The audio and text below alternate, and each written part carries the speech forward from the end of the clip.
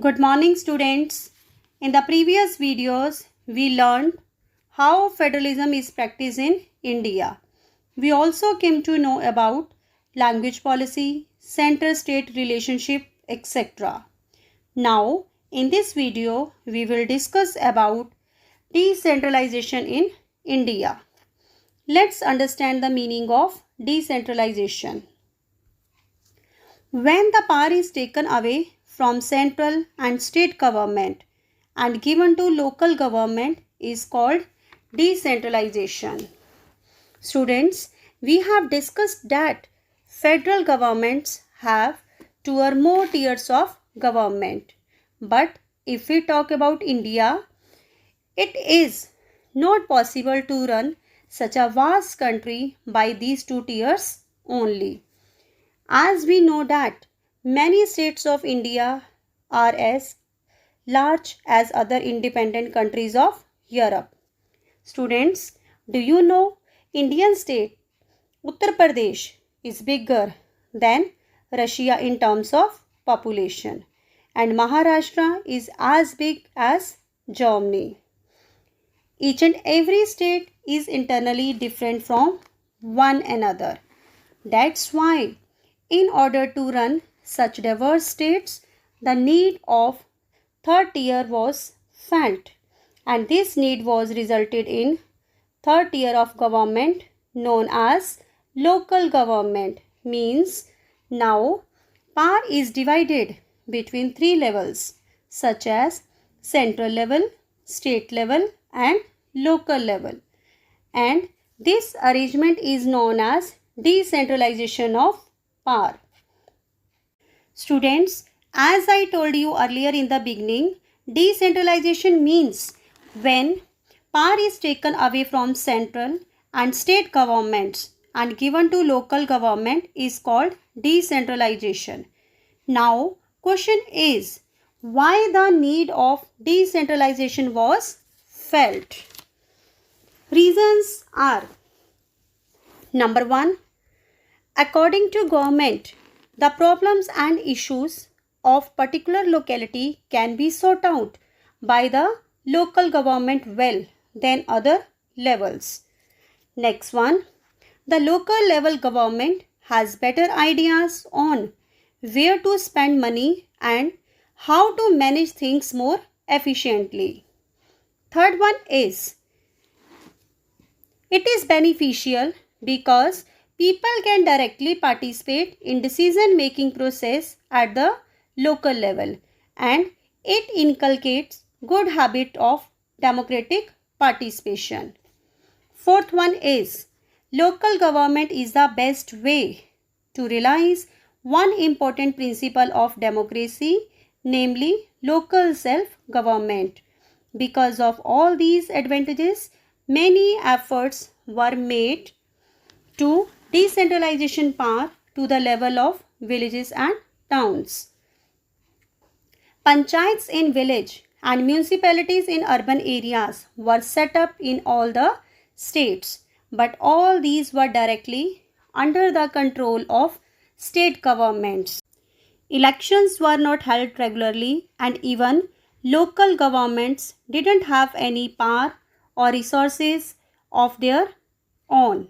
Means very little decentralization was there practically and no guarantee was given to the power of local government. But in 1992, some steps were taken by the constitution, or we can say amendments were made in the constitution to make third tier known as local government more powerful and effective. Number one, it made compulsory for the local government to hold elections regularly. Some seats were reserved for scheduled caste and scheduled tribes and other backward classes in the elected bodies. At least 1-3 seats are reserved for women. For conducting regular election in panchayat and municipality, an independent institution called State Election Commission has introduced. Now, state government will have some powers and share its power and revenue with local bodies. The nature of sharing is different from one state to another. Now, let's discuss about rural local government and urban local government. Rural local government. It is also known as Panchayati Raj system. Its basic unit is village, and when these villages get together, they form Gram Panchayat, and members of Gram Panchayat are called Panch, Sarpanch or President.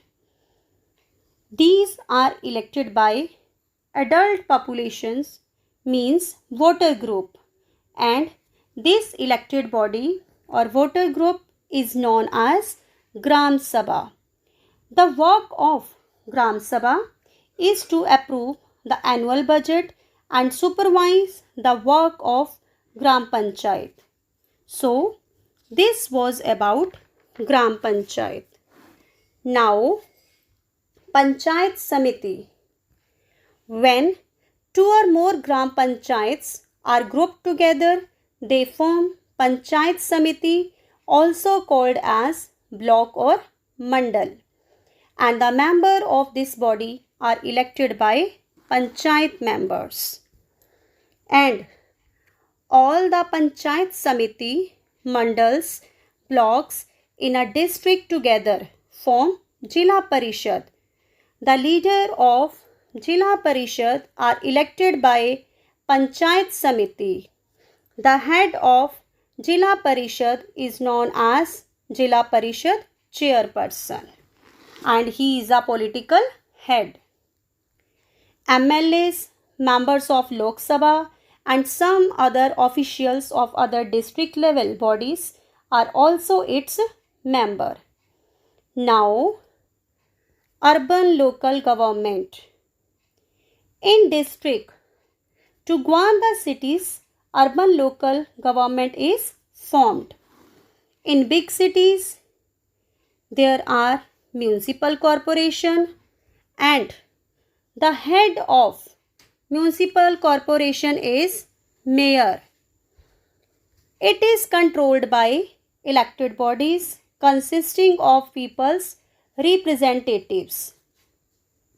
In towns, there are municipalities. The head is municipal chairperson. This was about urban local government. Now, question is, what are the achievements of decentralization? Number 1, constitutional status for local government has helped to deepen democracy in our country. Next one, it has also increased women's representation and voice in democracy. But except these achievements, there are many challenges also, such as still Gram Sabha elections are not held regularly. Most state government have not transferred significant power to the local governments. We are thus still a long way from realizing the ideas of self-government. That's all for the day. Have a nice day. Thank you.